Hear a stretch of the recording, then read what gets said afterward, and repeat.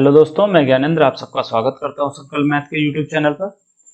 आज की इस वीडियो में हम कॉन्स्टिट्यूशन का हिस्टोरिकल बैकग्राउंड देखेंगे, मतलब ऐतिहासिक पृष्ठभूमि, कैसे कैसे इसका विकास हुआ, कैसे कैसे नियम बनाए गए अंग्रेजों द्वारा, फिर उसमें बदलाव किया गया, फिर धीरे धीरे नए नियम बनाए गए और फिर 1946 में संविधान सभा बनाई गई और उसने बाकी कई सारे देशों से अच्छी अच्छी चीज़ें ले करके ये सामने जो आपको दिख रही है संविधान की किताब में डाली और दुनिया का सबसे बड़ा संविधान बनाया। हम लोग ऐसे समझते हैं ये हमारा यूरोप है और ये हमारा इंडिया।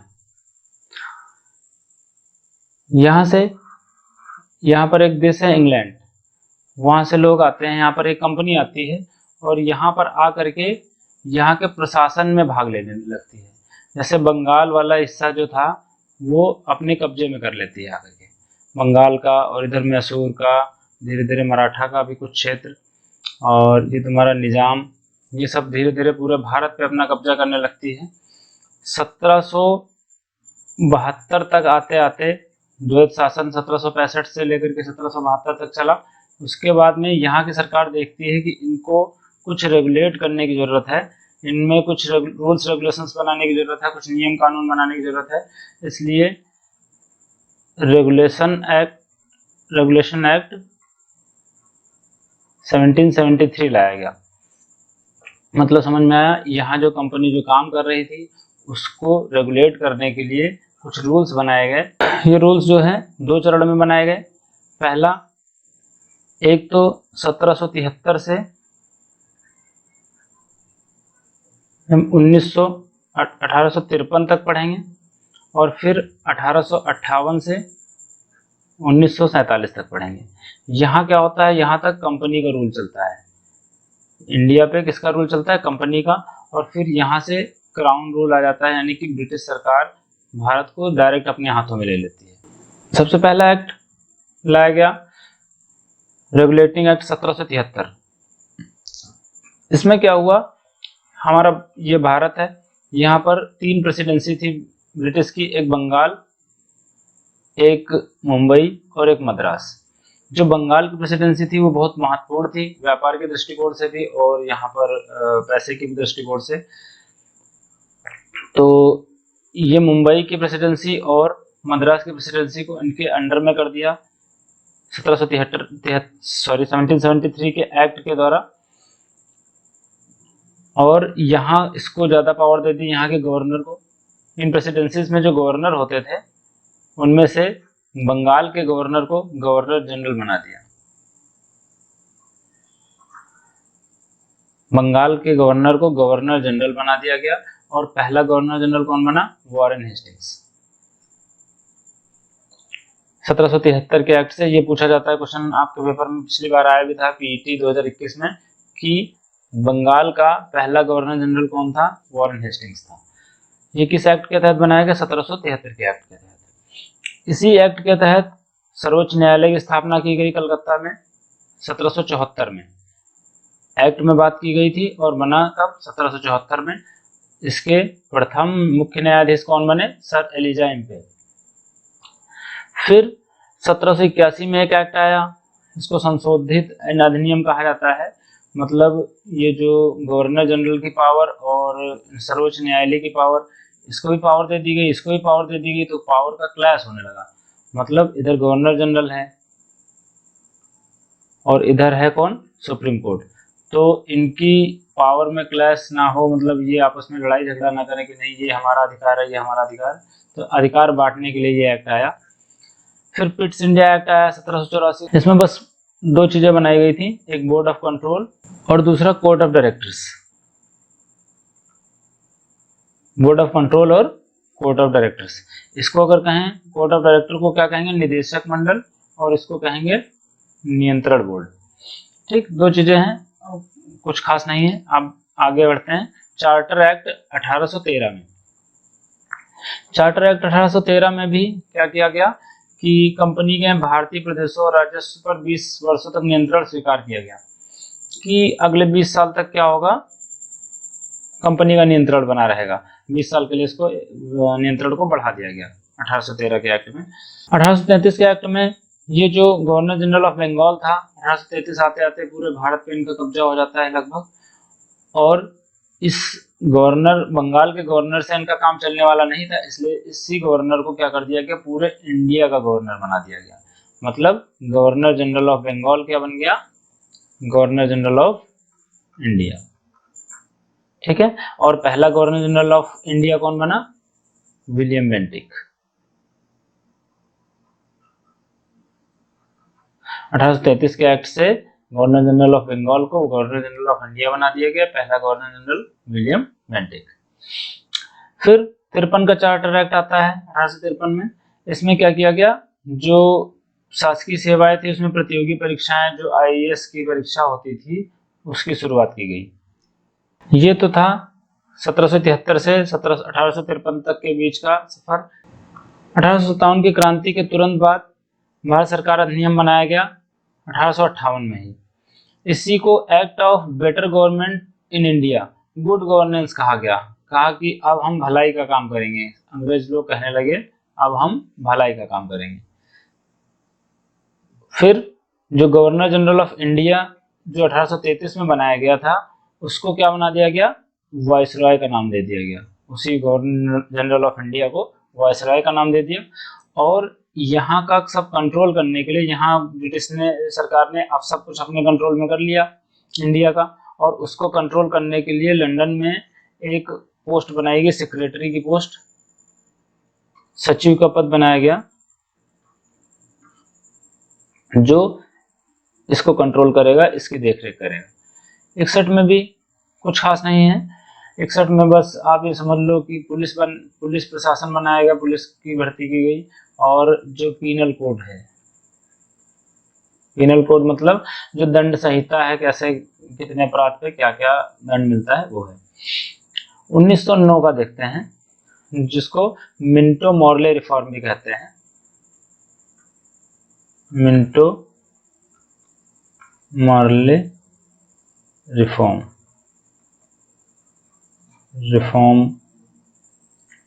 इसमें जो मिंटो थे ये वायसरॉय थे और मॉर्ले थे सचिव। ये दोनों के नाम इसमें एक साथ आ गए, वायसरॉय और सचिव। इसमें क्या किया गया, सबसे महत्वपूर्ण काम हुआ ये सांप्रदायिक निर्वाचन प्रणाली का जन्म हुआ इसमें। 1905 में, पिछली वीडियो में आपने हिस्ट्री के जो टाइमलाइन वाली वीडियो में देखा होगा, 1905 में क्या होता है, कांग्रेस का विभाजन हो जाता है, बंगाल का विभाजन हो जाता है। 1906 में फिर कांग्रेस और मुस्लिम लीग अलग अलग हो जाते हैं। इसी को बढ़ावा देने के लिए, इसी फूट को और बढ़ावा देने के लिए सांप्रदायिक निर्वाचन प्रणाली को लाया गया। 1919 में मॉन्टेग्यू चेम्सफोर्ड रिफॉर्म,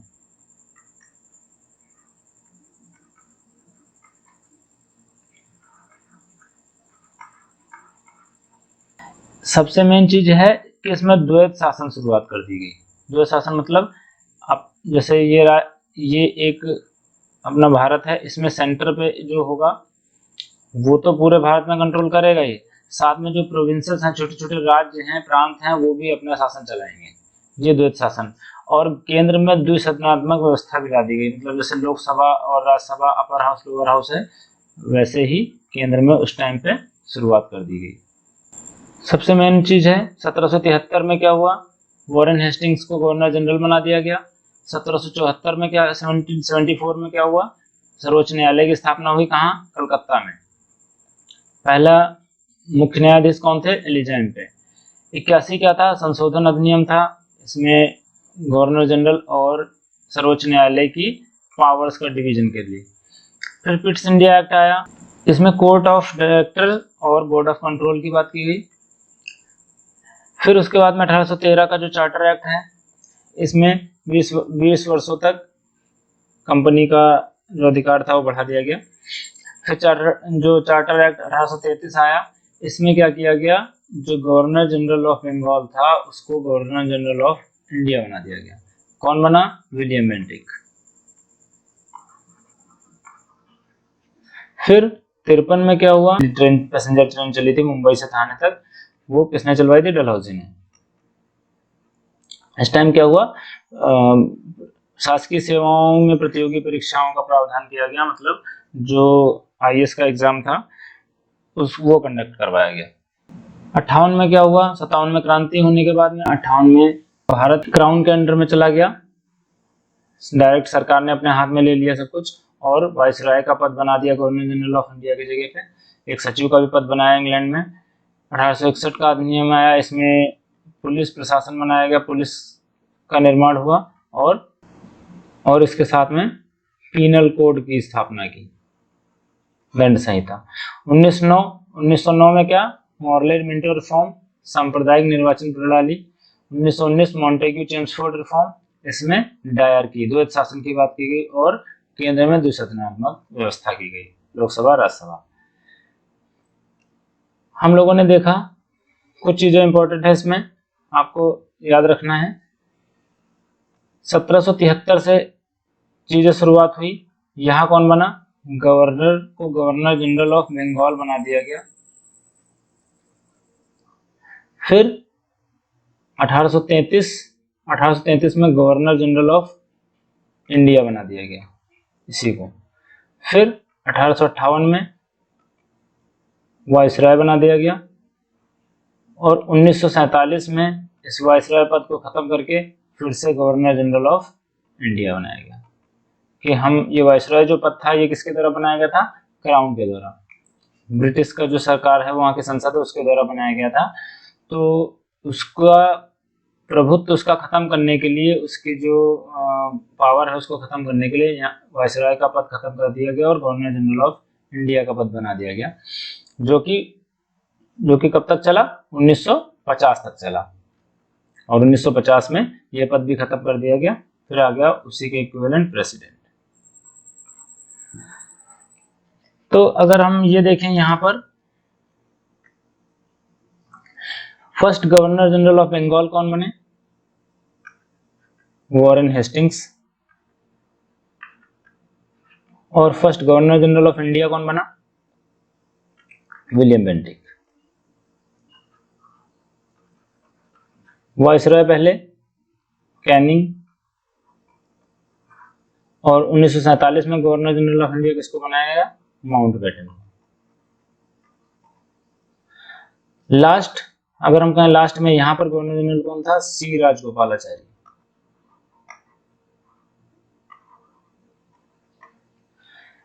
कहने का मतलब यह है कि आपको फर्स्ट आपको याद होना चाहिए, इससे कई बार क्वेश्चन पूछ लेता है, पहला गवर्नर जनरल बंगाल का, पहला गवर्नर जनरल इंडिया का, वाइसरॉय पहला कौन था, गवर्नर जनरल ऑफ स्वतंत्र भारत का गवर्नर जनरल कौन था, ऐसा करके पूछ लिया जाता है। या भारतीय गवर्नर जनरल कौन था, सी राजगोपालाचारी। इसी के साथ में आपसे ये भी पूछ सकता है कि अंतिम गवर्नर जनरल ऑफ बंगाल कौन था। देखो यहाँ से बंगाल के गवर्नर जनरल चल रहे हैं, बंगाल के गवर्नर जनरल ही बन रहे हैं, यहाँ पे कई सारे गवर्नर जनरल बने होंगे 1773 से 33 तक, एक तो रहा नहीं होगा, और यहाँ तक आते आते फिर उसके बाद में खत्म कर दिया गया। खत्म करते समय कौन था, विलियम बेंटिक थे। तो यही अंतिम होंगे। अंतिम कौन होंगे, गवर्नर जनरल अंतिम होंगे, और पहले गवर्नर जनरल ऑफ इंडिया होंगे। अंतिम गवर्नर जनरल ऑफ बंगाल, पहले गवर्नर जनरल ऑफ इंडिया। इसी तरीके से कैनिंग अंतिम गवर्नर जनरल ऑफ इंडिया और पहले वाइसराय। ऐसे ही माउंटबेटन अंतिम वाइसराय और पहले गवर्नर जनरल ऑफ इंडिया, ऐसे करके। ये नहीं समझ पा रहे हैं तो बस पहला ही तो ये तो याद ही रख सकते हैं, गवर्नर जनरल ऑफ बंगाल पहले कौन थे, Warren Hastings. Governor general of India कौन थे, विलियम बेंटिक। पहले वाइसराय कौन थे, कैनिंग। ऐसे आगे चलते हैं। फिर हमारा देश आजाद हो जाता है। अच्छा, कुछ चीजें अभी बची हैं। फिर आता है उसके बाद भारत सरकार अधिनियम 1935, जो सबसे इंपॉर्टेंट है। 1935 में एक अधिनियम आया। इसमें यही जो अधिनियम है, इससे सबसे ज्यादा चीजें अपने संविधान में ली गई हैं। इसे अधिनियम की ज्यादातर चीजें, एक तो केंद्र और राज्य की शक्तियों का बंटवारा। इसमें जो सबसे इंपॉर्टेंट है, क्या क्या इसमें क्या क्या काम किए गए, एक तो केंद्र और राज्य के बीच शक्तियों का बंटवारा किया गया। इसी में सूचियां बनाई गई, 3 सूचियां, संघ सूची, राज्य सूची और समवर्ती सूची। मतलब किस विषय पर केंद्र कानून बनाएगा, किस विषय पर राज्य कानून बनाएगा, किस विषय पर दोनों लोग कानून बना सकते हैं, ये बंटवारा। इसी तरीके से राज्य में द्वैध शासन समाप्त कर दिया गया, जो मॉन्टेग्यू चेम्सफोर्ड रिफॉर्म के तहत लाया गया था, उसको केंद्र में शुरुआत की गई, लागू किया गया। जो चीज सिर्फ मुस्लिमों के लिए थी और मॉन्टेग्यू चेम्सफोर्ड रिफॉर्म में कुछ और जातियों के लिए भी जोड़ दिया गया था अलग से निर्वाचन व्यवस्था के लिए। तो इसमें और बढ़ा दिया गया, जैसे दलित जातियों का, महिलाओं का, मजदूर वर्गों के लिए अलग से निर्वाचन की व्यवस्था कर दी गई। मताधिकार का विस्तार हुआ। पहले क्या था, वोट डालने का अधिकार सबको नहीं था, कुछ ही लोग वोट डाल सकते थे। इसमें भी थोड़ा सा बढ़ाया गया, कितना लगभग कर दिया गया 10%, जनसंख्या का लगभग 10% लोग वोट डाल सकते थे। भारतीय रिजर्व बैंक की स्थापना हुई कब हुई? 1935 में ही। भारत संघ लोक सेवा आयोग की स्थापना हुई 1935 अधिनियम के तहत। प्रांतीय सेवा आयोग की स्थापना की गई। 1937 में एक संघीय न्यायालय की स्थापना की गई, फेडरल कोर्ट जिसको कहते हैं। ये महत्वपूर्ण बातें हैं। क्वेश्चन आ सकता है आपके पेपर में कि केंद्र और राज्यों के बीच शक्तियों का बंटवारा किस अधिनियम के तहत किया गया? भारत सरकार अधिनियम 1935, 1919, 1909 ऐसे ऑप्शन आएगा, तो आप क्या लगाएंगे? 1935। फिर 1947 का अधिनियम आता है। 1947 का अधिनियम आते में तो देश आजाद ही हो चुका था। इसमें बस ये बताया गया कि ब्रिटिश क्राउन जो भारत की रियासतें थी उन पर से उनका क्राउन का प्रभुत्व खत्म हो गया है, उनकी पावर समाप्त, और भारत का जो सचिव का पद था वो खत्म कर दिया गया और वायसराय का पद भी खत्म कर दिया गया। ठीक है, सचिव का पद जो इंग्लैंड में था उसको खत्म कर दिया गया 1947 के अधिनियम के तहत। फिर इसके बाद 1946 में संविधान सभा का गठन किया जाता है। संविधान सभा का गठन किया जाता है। इसमें कुल 389 सदस्य रखे गए। उस टाइम के मतलब 10 लाख लोगों पर एक प्रतिनिधि रखा गया था, 10 लाख लोगों पर, और उस टाइम की जनसंख्या लगभग 3,89,00,000 के लगभग थी। तो इसमें से अगर हम 10 लाख से डिवाइड करेंगे तो लगभग 389 आएगा। तो 389 लोग आए, जो कुल सदस्य थे संविधान सभा में 389 इलेक्ट होकर के। इसमें से 292 ब्रिटिश प्रांतों से आए थे, जो अलग अलग प्रांत छोटे छोटे बटे हुए थे। पूरे भारत किसमें बटा हुआ था? प्रांतों में बटा हुआ था। इसमें से 292 कितने आए? कहाँ से आए? ब्रिटिश प्रांतों से। 93 देसी रियासतों से, जो राजा महाराजा रजवाड़े थे वहां से, और 4 चीफ कमिश्नर जो अंग्रेजों ने कमिश्नरेट बनाए थे वहां से, उन क्षेत्रों से आए। इसके बाद में कुछ समितियां बनी, इसके बाद में बात करेंगे। पहले हम लोग देखते हैं कुछ तिथियां। जब संविधान सभा बनाई गई, संविधान बनाने के लिए लोग बुलाए गए, वहां पर बैठे लोग, तो बैठक हुई उन लोगों की। तो सबसे जो पहली बैठक हुई 9 दिसंबर 1946 को हुई। पहली बैठक में सच्चिदानंद सिन्हा को अस्थायी सदस्य बनाया गया। सच्चिदानंद सिन्हा को अस्थायी सदस्य, पहली बैठक। उसके 2 दिन बाद में ही दूसरी बैठक की गई, जिसमें डॉक्टर राजेंद्र प्रसाद को स्थायी सदस्य बना दिया गया। उसके 2 दिन बाद, 9 दिसंबर को 1946 में सच्चिदानंद सिन्हा, फिर 11 दिसंबर को डॉक्टर राजेंद्र प्रसाद। सिर्फ इसमें सदस्य की बात की जा रही। फिर 13 दिसंबर 1946 को क्या होता है? जवाहरलाल नेहरू ने उद्देश्य प्रस्ताव प्रस्तुत किया, जो बाद में जाकर के प्रस्तावना बना। जो संविधान में प्रस्तावना है वो उद्देश्य प्रस्ताव से बना है। ये किसके द्वारा प्रस्तुत किया गया था? जवाहरलाल नेहरू के द्वारा। 22 जनवरी 1947 में संविधान सभा के द्वारा उद्देश्य प्रस्ताव स्वीकृत कर लिया गया। 22 जुलाई 1947 को राष्ट्रीय ध्वज अपनाया गया और 24 जनवरी 1950 को राष्ट्रगान अपना लिया गया। फाइनली संविधान 26 नवंबर 1949 में बनकर के तैयार हो गया। जो फाइनल संविधान था वो कब तैयार हो गया था? 26 नवंबर 1949। लेकिन 26 जनवरी जो है उस डेट का अलग महत्व है। 1930 में स्वतंत्र होने के लिए बात कही गई थी 26 जनवरी को 1930 में, इसलिए 26 जनवरी को ही संविधान को लागू करने की बात की गई, इसीलिए। नहीं तो बन करके तो 26 नवंबर को ही तैयार हो गया था। ठीक है, और लागू कब हुआ? 26 जनवरी 1950 को। टोटल बनने में कितना दिन लगा?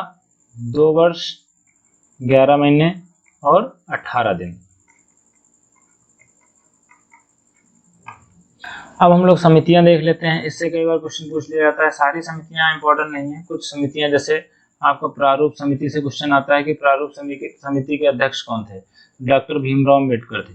इसी तरीके से प्रांतीय समिति के अध्यक्ष कौन थे, सरदार वल्लभ भाई पटेल।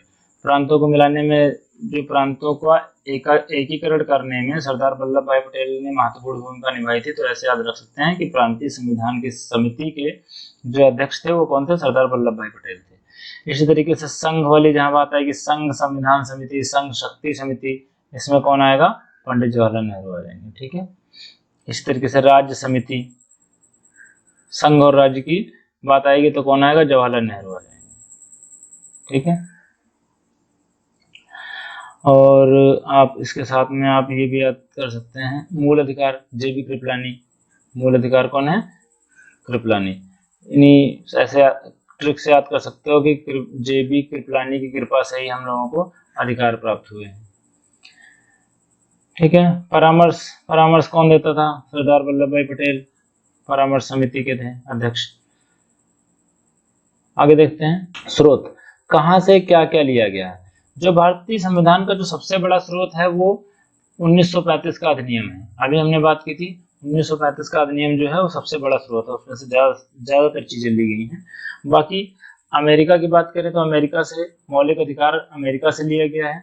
न्यायिक पुनर्विलोकन की शक्ति यानी कि जुडिशियल रिव्यू की शक्ति, जुडिशियल रिव्यू की शक्ति मतलब अगर सरकार ने कोई नियम बनाया तो जो हमारी न्यायपालिका है, जो सुप्रीम कोर्ट है, उसको चेक कर सकता है। तो ये शक्ति कहाँ से ली गई, अमेरिका से। फिर न्यायपालिका की स्वतंत्रता, मतलब हमारी जो न्यायपालिका है वो स्वतंत्र है, हमारे जो कोर्ट हैं वो संसद से अलग हैं, और उपराष्ट्रपति का पद, ये सब कहाँ से लिया गया है, अमेरिका से। आयरलैंड, राज्य के नीति निर्देशक तत्व, बीपीएसपी जो है, हम लोग पढ़ेंगे बाद में कि नीति निर्देशक तत्व होते क्या हैं। अभी ऐसे समझ लो कि नीति निर्देशक तत्व आयरलैंड से लिया गया है, और राष्ट्रपति का निर्वाचन कैसे होगा उसकी पद्धति आयरलैंड से ली गई। ऑस्ट्रेलिया से समवर्ती सूची, कनाडा से संघात्मक सरकार, अर्धसंघात्मक सरकार। जर्मनी से क्या लिया गया, आपात उपबंध और आपातकाल में जो हमारे अधिकार कौन कौन से खत्म हो जाते हैं, कौन कौन से रहते हैं। जापान से क्या लिया गया है, शब्दावली ली गई। दक्षिण अफ्रीका से संशोधन की प्रक्रिया। फ्रांस से लिया गया है बंधुत्व, ये ऐसे याद रखो, एकता स्वतंत्रता बंधुत्व का सिद्धांत। ब्रिटिश से, देखो ब्रिटिश से जो संसदीय स्वरूप है, लोअर हाउस अपर हाउस और ये राष्ट्रपति या संसदीय स्वरूप है, ये ब्रिटिश से लिया गया है। कानून कैसे बनेगा, कानून निर्माण की तरीका है और संसद की प्रक्रिया जो चलेगी। देखो ब्रिटिश वाले यहाँ पर काफी दिनों तक राज किए, 200 साल तक राज किए, तो उनका तरीके के हम फैमिलियर हो गए थे, हम लोग बहुत ही ज्यादा वो जो था हमारे जो देश में बहुत ज्यादा प्रचलित था, तो उसी तरीके को फॉलो करते हुए हमारा जो संविधान था आगे बढ़ा। और सोवियत संघ जो बाद में रूस बना, वो क्या, वहां से क्या लिया गया, मूल कर्तव्य लिया गया। अच्छा, इसको याद करने का तरीका है, थोड़ी सी एक ट्रिक है, हम आपको बताते हैं, छोटी छोटी ट्रिक आप भी बना सकते हो ऐसे। जैसे आयरलैंड की एनी बेसेंट थी, तो एनी बेसेंट ने नीतियों की बात की, तो नीति निर्देशक तत्व आप ऐसे याद रख सकते हैं। ऑस्ट्रेलिया जो क्रिकेट खेलता है, तो पहले जब खेलता था तो सूची में सबसे ऊपर रहता था, अब तो खैर इंडिया रहती है, लेकिन पहले ऑस्ट्रेलिया का नाम था, 4 बार उसने वर्ल्ड कप जीता है, तो सूची में सबसे ऊपर रहती है। तो सूची की जहां बात आएगी, लिस्ट में सबसे ऊपर रहती है, तो लिस्ट, जैसे इसको कंकरेंट लिस्ट बोलते हैं इंग्लिश में, तो लिस्ट की बात आएगी या सूची की बात आएगी तो किसका नाम आएगा, ऑस्ट्रेलिया का। दक्षिण अफ्रीका संशोधन की जरूरत है। दक्षिण अफ्रीका बहुत अच्छा क्रिकेट खेलती है, लेकिन फिर भी जीत नहीं पाती है, तो उसको क्या करने की जरूरत है, संशोधन की जरूरत है, याद रहेगा। दक्षिण अफ्रीका से क्या लिया गया, संशोधन लिया गया। सोवियत संघ देखो बहुत बड़ा देश है। सोवियत संघ अभी रूस और उसके साथ में कई सारे देश जो मिल करके, आसपास वाले जो देश थे वो सब मिलकर के सोवियत संघ बनता था, 15 और देश थे। तो ये उनका सबसे बड़ा क्षेत्र कवर करते थे, इसलिए उनका मूल कर्तव्य थे उनके बहुत सारे, मतलब कर्तव्य था कि सबसे मतलब बना करके रखें। तो मूल कर्तव्य ऐसे याद रखोगे, रूस का कर्तव्य है हमारे देश की रक्षा करना। संसद की जहां बात आएगी प्रणाली, कानून निर्माण, संसद की प्रक्रिया, ये ब्रिटिश, आप याद रखेंगे कि ब्रिटेन से लिया गया है। अमेरिका से अधिकार, मौलिक अधिकार। अमेरिका हर जगह अपने अधिकार की बात करता है। अमेरिका जो है सबसे ज़्यादा समृद्ध देश है, इसलिए वो हर जगह पर अपने अधिकार की बात करता है। मौलिक अधिकार की बात आएगी तो अमेरिका आप याद रखेंगे। जर्मनी का हिटलर था, उसी की वजह से विश्व युद्ध हुए, तो आप आपात याद रखेंगे कि आपात लगा देता है हर जगह हिटलर पहुंच करके, तो आपात की बात आएगी तो जर्मनी आप लगा देंगे। जापान की जो लैंग्वेज है चाइनीज जैसे है, तो वहाँ की लैंग्वेज समझ में नहीं आती, तो वहाँ की जरूरत पड़ेगी शब्दावली की। तो ऐसा करके आप ट्रिक बना करके कुछ छोटा छोटा करके याद कर सकते हैं ये सारी चीजें, इससे क्वेश्चंस भी आ जाते हैं। एक आधा क्वेश्चन तो आपको देखने को मिल ही जाता है हर एग्जाम में। आगे बढ़ते हैं। अच्छा, जब हमारा संविधान बन करके तैयार हो गया तो कुल हमारे संविधान में 22 भाग थे, 395 आर्टिकल और 8 शेड्यूल थे, 8 अनुसूचियां थी। फिर उसके बाद में संशोधन होते गए, भाग जो थे 22 के 22 ही रहे, लेकिन कुछ भागों के साथ में का खा करके जोड़ दिया गया, जैसे 4 का करके जोड़ दिया गया, 14 का करके जोड़ दिया गया, और कुछ भाग हटा दिए गए, लेकिन फाइनली भाग कितने हैं? 22 ही हैं। ठीक है, संख्या जो है भागों की वो 22 है। आर्टिकल भी इसी तरीके से, आर्टिकल 395 अगर नंबर की डिजिट देखें तो 395 तब भी थी और अब भी है, लेकिन इसमें भी ABCD करके आर्टिकल्स कई सारे जोड़े गए हैं। शेड्यूल जो थे 8 से 12 हो गए, अनुसूची जो पहले थी 8, अब कितनी हो गई? 12। अभी तक संविधान में बदलाव कितने हो चुके हैं? 105 अमेंडमेंट हो चुके हैं, मतलब जो संविधान संशोधन कितनी बार हो चुका है? 105 बार हो चुका है। अब हम लोग कुछ क्वेश्चंस देख लेते हैं, हम लोगों ने जो पढ़ा। लिखा हुआ है मॉन्टेग्यू चेम्सफोर्ड सुधार में प्रावधानों का सार था, क्या था? मतलब मॉन्टेग्यू चेम्सफोर्ड सुधार जो हुआ है उसमें क्या मेन था? एक तो राज्यों का स्वायत्तता, प्रांतों में दोहरा शासन। अभी हम लोगों ने देखा कि मॉन्टेग्यू चेम्सफोर्ड रिफॉर्म्स का जो मेन काम था वो क्या था? डायरकी, प्रांतों में दोहरा शासन। आगे देखते हैं। अगला क्वेश्चन है मुसलमानों के लिए अतिरिक्त निर्वाचन मंडल प्रारंभ करने के लिए। तो मुसलमानों के लिए अतिरिक्त निर्वाचन मंडल हमने बताया था मॉर्ले-मिंटो रिफॉर्म। इसमें क्या था? हमने बताया था कि 1805 में बंगाल विभाजन हुआ, उसके बाद में फिर 1806 में कांग्रेस का विभाजन हो गया, तो उसी के क्रम में उसी के आगे बढ़ाते हुए 1909 में इन्होंने क्या किया? पृथक निर्वाचन मंडल की बात की। आगे बढ़ते हैं। कह रहा है कौन सुमेलित नहीं है? अब ऐसे देखो, मॉर्ले-मिंटो रिफॉर्म, मॉर्ले-मिंटो रिफॉर्म में जो सांप्रदायिक प्रतिनिधित्व की बात की गई थी, 1935 में सुशासन की बात की गई थी। कैबिनेट मिशन जो भारत आया 1946 में, उसी के तहत संविधान सभा का गठन किया गया। फिर साइमन कमीशन। अच्छा, साइमन कमीशन जो है ये 1928 में भारत में आया था, लेकिन तो ये भारत विभाजन कब हुआ? 1947 में। ठीक, तो ये सम्मिलित नहीं है, यही आपका सही आंसर हो जाएगा। आगे, संविधान सभा किसके अनुसार बुलाई गई? कैबिनेट मिशन के द्वारा। फिर है संविधान सभा को किसने बनाया? किसने बनाया भाई? सॉरी, भारतीय संविधान को किसने बनाया? भारतीय संविधान को आप बताइए किसने बनाया? क्या ब्रिटिश संसद ने बनाया? ब्रिटिश तो यहाँ से चले गए थे। गवर्नर जनरल ने बनाया? नहीं, गवर्नर जनरल का भी कोई रोल नहीं था उसमें संविधान बनाने में। भारतीय संसद ने बनाया? संसद तो बाद में बनी है। संविधान सभा बनाई गई थी संविधान बनाने के लिए, उसी ने बनाया। भारतीय संविधान सभा के लिए चुनाव कब संपन्न हुआ? 1946 में। संविधान सभा की स्थापना कब हुई? 6 दिसंबर भी कई जगह पे आता है। पहली बैठक हुई थी 9 दिसंबर को, तो 9 दिसंबर लगा सकते हैं। लिखा है भारत के प्रारूप समिति के समक्ष प्रस्तावना का प्रस्ताव किसने रखा? अब प्रस्तावना की जहां बात आएगी वहां कौन आएगा? जवाहरलाल नेहरू। ठीक है, आगे। भारतीय संविधान का सबसे बड़ा एकाकी स्रोत, कई बार हमने रिपीट किया है कि सबसे बड़ा स्रोत भारतीय संविधान का क्या है? Government of India act 1935, D option. भारतीय संविधान में मूल कर्तव्यों को शामिल करने का विचार किस देश के संविधान से लिया गया? मूल कर्तव्य, किसका मूल कर्तव्य है? सोवियत संघ का, रूस का, जो रूस था पहले। ठीक है, सोवियत संघ का जो मूल कर्तव्य है कि वो सबके साथ में भारत की मदद करे। अभी हम लोगों ने ट्रिक से याद किया था।